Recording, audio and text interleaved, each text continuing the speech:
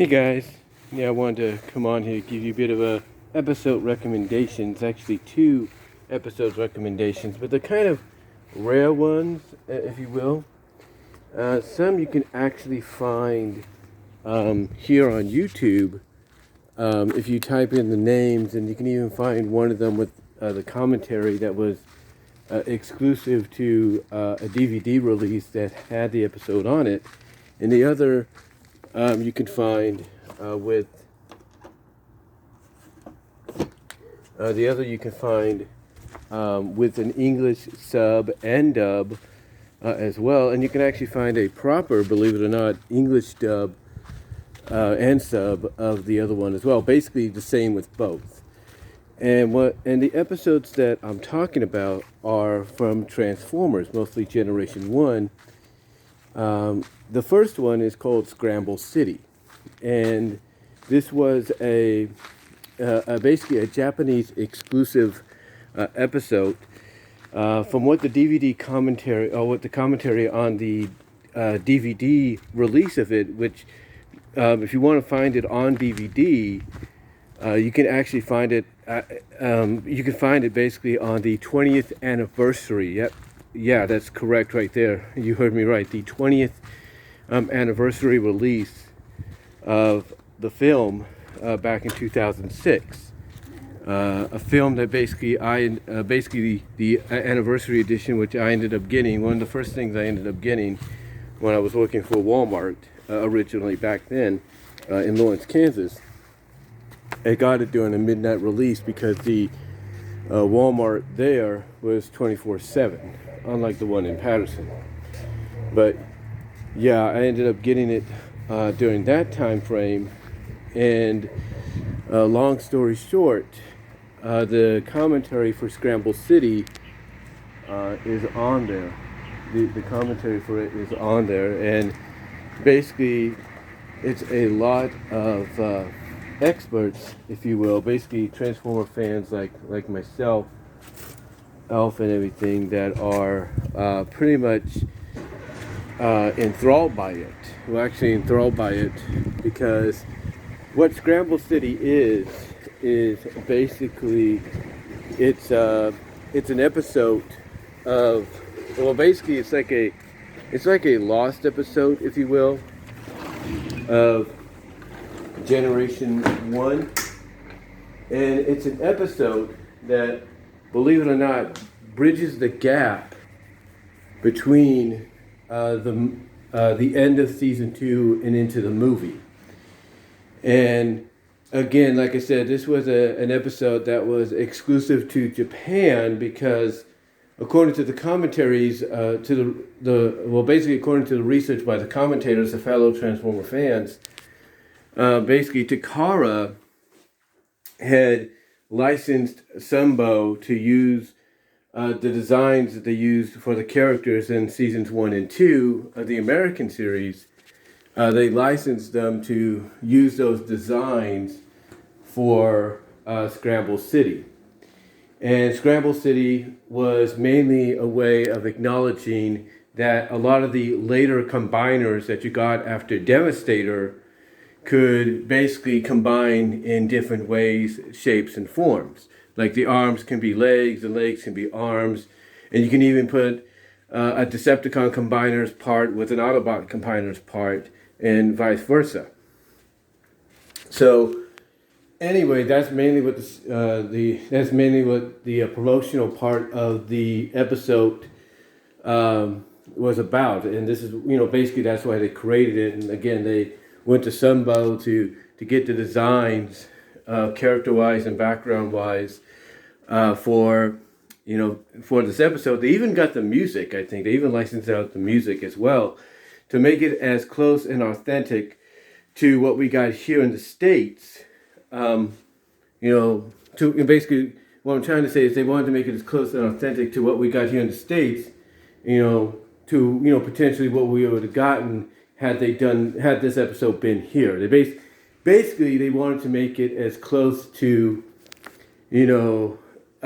close to being kind of like an official part of Generation 1's Season 2, as possible. That's mainly what the reasoning was. So, that's why this episode was licensed by Takara to be made with the help of licensing out the background music and the animation designs for the characters and the backgrounds for the episode to be made. The other reason Scramble City was made, according to what the commentators said, and a lot of us knew about this around the same time, maybe before and a little afterwards, but mostly before and around the time that the commentary track was added, or we heard the commentary from the fans on the track, period. Basically, this episode was made because, here in the U.S., we ended up getting a movie on August 8th of 1986, which ironically celebrated its 35th anniversary 2 months ago. 2 months ago, tomorrow is going to be when it celebrated its 35th anniversary officially. And what was weird about this is, how sometimes, even nowadays, from an international standpoint, movies will be released either before or after they've been released in the U.S. Some markets will get it, like let's say with Venom, Let There Be Carnage, as well as the final Daniel Craig James Bond film, No Time to Die. These movies have already been released internationally in other parts of the world, like the UK, Russia, Spain, places like that. And we have yet to get No Time to Die here. And the same was, for Venom Let There Be Carnage. It got released internationally in other markets across the world before we got it here in the U.S. about a week ago. And pretty much the same was for the 86 movie back then, back in the 1980s. The movie was released here on August 8th, and it wasn't released into international markets until a little while later, mostly in Japan. They didn't get it until about the end of 86, early 87. So what they did to kind of bridge the gap between the two seasons, because I guess they got season 2 a little after we had it here initially, to bridge the gap, they basically, to bridge the gap, they made, like I said, they licensed Scramble City to be made, and by licensing it, like I said, they basically went to Hasbro and said, hey, can we license out the character designs, the music, and the background so we can make this episode for here in Japan. And because we already had the movie, already out at that time, Hasbro and Sunbow were like, sure, no problem. And that's how Scramble City got made. Now, like I said, you got, commentary like the one on the 20th anniversary DVD set. So, talking about the history of Scramble City, as well as you have English dubs, English subs, if you will, of Scramble City. So you have all that. But we've never really had an official, and this is true, we've never really had an official English translation of the episode. And unfortunately, there's a lot of talent that was part of this that is no longer with us. Some are, like Peter Cullen and Frank Welker, but others, are not, like Chris Latta, characters like that. So, unfortunately, because they're gone, we never got a proper, probably will never get a proper English translation of Scramble City. Now, I said probably. I didn't say never. And if I did, I do apologize. Because, like I said, with some of the talent, long past, there's probably not a good chance we would get it. But, like what I'm trying to say is never say never, because there's a good chance it still potentially could happen. But if that was the case, it would have happened long ago, potentially for maybe the 30th or even this, anniversary, the 35th anniversary of the film. So either way you look at it, you basically, if Hasbro wanted to, we would have. What I'm trying to say is, if Hasbro wanted to, we would have gotten a proper English translation a long time ago from an official standpoint, instead of having fan-made dubs and fan-made subs and all that, or even commentary. And the commentary from the 20th anniversary DVD release of the movie is the closest we'll get of anything official by Hasbro, at least licensed out, by Hasbro to be done to tie in with the movie. Now, Scramble City, I do recommend checking it out, even though basically the first, I would say 7 minutes is basically recapping, because what they did for this episode is they recapped everything from the beginning of the series to basically the current standpoint of where Scramble City begins. So, if you don't want to see the recapping of it, that's fine. Just fast forward it, and you get right to about the 7.5 minute mark, and you should be good. Because then you'll at least get 16 to 17 minutes worth of original animation and the story that it's meant to be. It's just that the first 6.5 to 7 minutes is recapping what's going on. Mostly the recapping so that the Japanese audience originally could be caught up to speed, even though they probably had season 2 by that standpoint airing on their televisions. They could be caught up to speed as to what's going on, and then kind of get a better understanding as to why Scramble City, is being released, why this episode's being made or had been made to tie in potentially with the movie. So basically, Scramble City, when you think about it from the Japanese standpoint, is the real season 2 finale, and not the bot episode or whatever the episode we got here in the U.S. Now, speaking of Transformer Generation 1 episodes that were made exclusively in Japan, but we never got here in the U.S., there is one called Transformers Zone. That's right, Transformers Zone. And this was a pilot episode, an attempt to try to keep the Generation 1 portion of Transformers alive. This was, an attempt to do that. And basically from a continuity standpoint, this takes place after, I think, Victory. Yeah, this takes place after Victory. And it introduces us to some new characters, new human characters, and new Autobot characters. And it's really kind of unique in its utilizing of the Decepticons, because mostly the Decepticons we see in this pilot are the combiner forms of the many combiner teams they had. Like we see the combiner form of the Predacons, of the Terracons, of the Seacons, I think that's what the name was, the Constructicons, the Stunticons.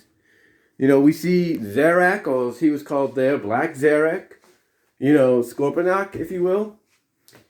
So we see all this. And they have a new leader, a new commander, an emperor, who needs a certain bit of energy to create a new world or create a new universe, a dark universe, a new zone.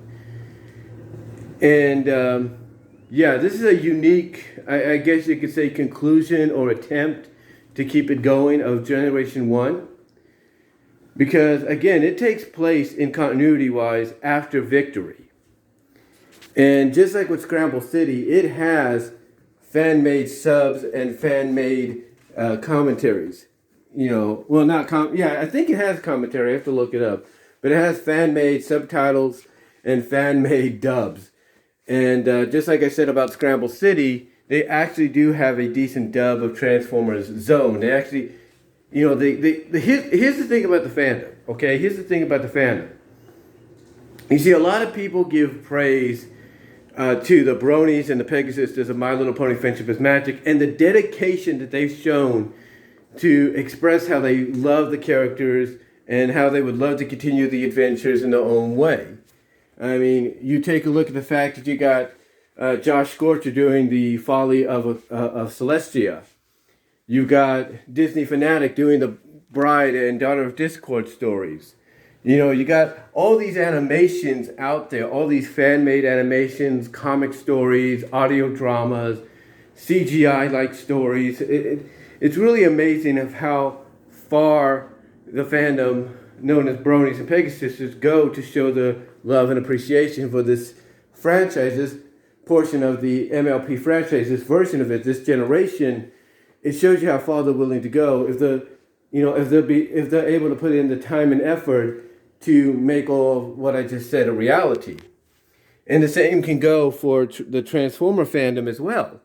Because, like I said, along with the commentary that, one of the commentaries, I should say, that got put onto the 20th anniversary edition of the movie back in 2006, 2007, along with other commentary tracks, you have fans that have gone out of the way to do subtitles for Scramble City. You have fans that did dubs for it. In fact, there is one dub that hopefully I'll link at the end of the video here. You can check that out. That is probably the best dub I have heard of Scramble City. I mean, we've heard of other dubs. I'm pretty sure you've heard them too. We've heard other dubs out there, and they haven't been this good. And this one that that was posted about 11 months ago, almost a year, is probably the best version out there. And it's a re-upload. It's a re-upload, which I'm assuming is because they wanted to make sure they had better dubbing than, English, voice dubbing over the characters than what they initially had. Now, again, like I said, I'm trying to say, like I said, basically that shows you the dedication that the Transformer fandom has as well. And even to the point that, as I was trying to say before I kind of trailed off a little bit there, the same could be said for the Transformers Zone episode that I'm telling you about, the pilot episode. Because like I said, just like with Scramble City, not only do you have the fandom, creating these, fan subtitles and all that and these commentaries, but you have them as well as doing decent dubs. Like I said, the one with Scramble City, re-uploaded 11, months ago, is probably the best one out there. The same could be for Transformers Zone. And I watched the English dubbed version that the fandom did for Transformers Zone. And all I could say is they did a great job. It felt like it was an actual episode of Transformers Generation 1 to an extent. To an extent. But it felt genuine. It felt like the fandom, the fans of the fandom that were part of this took their time and effort to really, make this feel as make the English dub of Transformers Zone feel as authentic and believable as if you were watching an actual episode of Transformers Generation 1. That's how good it was in my opinion. And like I said, the plot of it is the Decepticons, because it takes place, with, a couple of years in the future, basically within the same continuity as Victory, but obviously a few years into the future. And, the way it's presented, the storyline is, like I said, the storyline is basically the Decepticons have a new leader. He's an emperor, a three-headed being that, kind of like the Quintessons, the three different heads have their own personalities. So, but they're basically the same being with the same agenda, is what I'm trying to say. So anyway, long story short, the Decepticons, as I was saying, are, basically consist of the combiners in the combined form. The Constructicons as Devastator, the Seacons as, I can't think of his name right now, whoever the fourth combiner was. You have the Terracons as, what's his name? Hold on for a sec. Let me think. You have the Terracons as Abominus, I think. You have the Stunticons as, as Predaking. You have, let's see, you have you have Trypticon in there, and he has like these horns on his side. So you have them. So you basically, it's all the combiners. Like I said, you have the Stunticons as Minosaur, you have the Constructicons as Devastator, you have the Terracons as Abominus, you have the Predacons as Predaking, you know, you have Trypticon in there with some new additions, and then, like I said earlier, you have Zarak, or as he's known in the Japanese dub, Black Zarak, Scorponok show up. So you basically the lineup for the Decepticons, like I said, are just the combiner teams and the combined forms. But what's interesting is the combined forms they have enhancements. In other words, it looks like the way they designed them is not only do they have enhancements, like, you know, the bodies now have armor, but it looks like they are now just one robot. It's like, you know, it's a combined form, but there's no way they can decombine. You know, they can't uncombine or anything. They're now just one robot. And, you know, it's really interesting seeing that. And again, the characters, like I say, they have in there are two human characters. One that we see at the beginning with his planet being destroyed, who becomes part of the Autobots, you know, crew. You have another character that's a human that likes to hunt for butterflies or study them. And in the original Japanese version, obviously they're both male, but you could tell just by the design of the butterfly hunter person, the person that's trying to catch the butterflies just to study them and all that, and then release them. You could tell just by the design that character is not meant to be female. I mean, not meant to be male. That character is meant to be female. And I think the English dub that they did, as best as they could, indicates that as well. I think the fans that did the best they could with the English dub of Transformers Zone see that as well.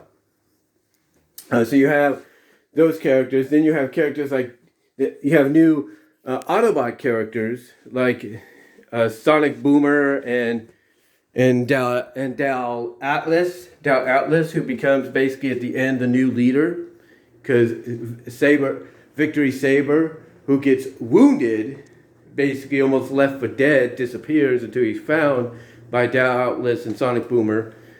He passes on leadership to Victory Saber, that is. He passes on leadership to Dal Atlas because he proved himself worthy of that in battle in protecting the Earth and making sure that the Decepticons didn't get what they needed or complete their mission and getting what they needed for the new Emperor, the new Master. So overall, I'll tell you this, when I saw it, I thought it was a very, very nice. I thought it was a very good episode, a nice pilot episode to try to continue the franchise, but unfortunately nobody wanted to pick it up. And the only way you could officially get it was on VHS in Japan. Not here in the US, not, you know, anywhere in Canada, Mexico, UK, whatever. You can only get it on US, or not US, but you can only get it on VHS and assumably DVD later on in Japan, and that was it. But yeah, but now you can find it here on YouTube, and I recommend checking it out. You could, again, it's got a English subtitle version that the fans did, as well as a dubbed version that they did. And I think there's one with commentary as well. But anyway, though, guys, I just wanted to come on here and give you this 2-for-1 episode review on Transformers Scramble City and Transformers Zone. You can find both here on YouTube. One with the official DVD ripped commentary, or the official commentary from the 20th anniversary DVD release of the movie.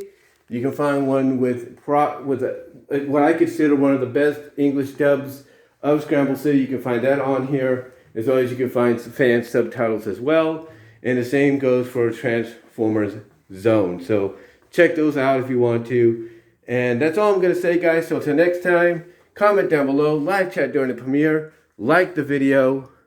Check me out at Patreon, BW Roses, to support the brand, to help expand the brand and help me out financially if you can. Also, check me out at BW Roses discussions on all your favorite podcast affiliates except for Pandora. As well as check me out at BW Roses at Vimeo for content you can't get here because of copyright blockage or whatever. As well as check me out at Teespring. Check out my Teespring store for merchandise. I'd be really thankful if you guys did that. I already got one t-shirt on order for someone, and hopefully I'll have more on order for others to get as well. Got a variety of stuff you guys can check out there if you choose to do so. So until next time, guys, though, I just wanted to do, like I said, do this 2-for-1 episode review, and I will talk to y'all later.